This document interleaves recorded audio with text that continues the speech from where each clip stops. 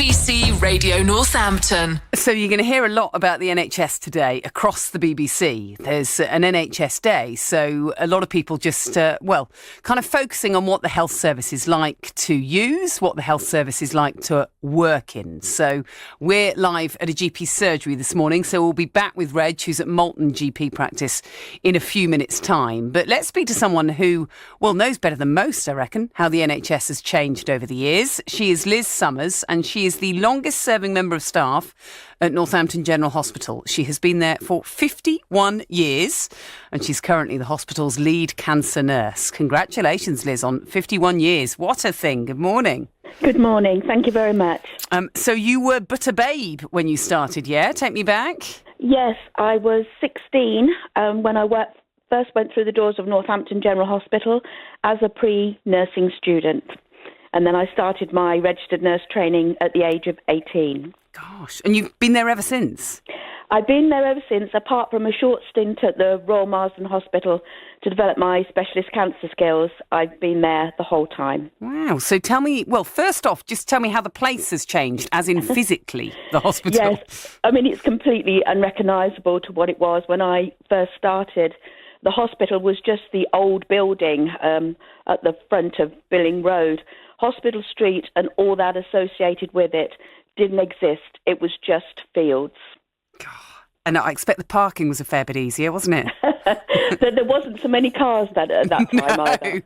No, exactly. And so you have watched it grow over the years? Yes, it's been an absolute joy and a privilege to see services develop to improve care for our patients.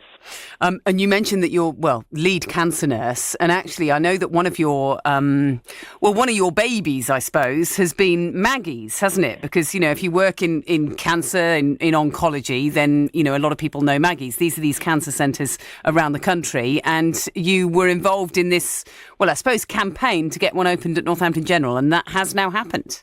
Yes, it's been a great privilege to work in partnership with Maggie's for the last 12 years, really, to develop a Maggie Centre attached to Northampton General Hospital. And it was such a great privilege to see it open last October. And since it's opened, we've already had over 1,200 people visit the centre to get the help and the support they need to live with cancer.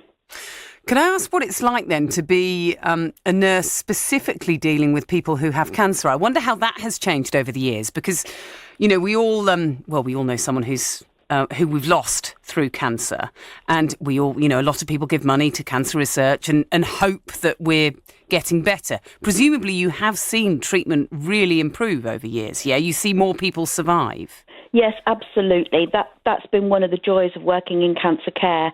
There's been so many improvements in technology, in treatment, but also in the way that we care for our patients as well. And it's just been wonderful to be able to work with dedicated doctors, nurses and healthcare professionals who are so committed to improve care for those going through the most difficult time in their life. How do you cope with losing people? I find it a great privilege. There are times that it's very sad, but I always think to be able to walk alongside those patients and to be able to help them, there is no greater joy or feeling to feel you've been a small part in making things better for them.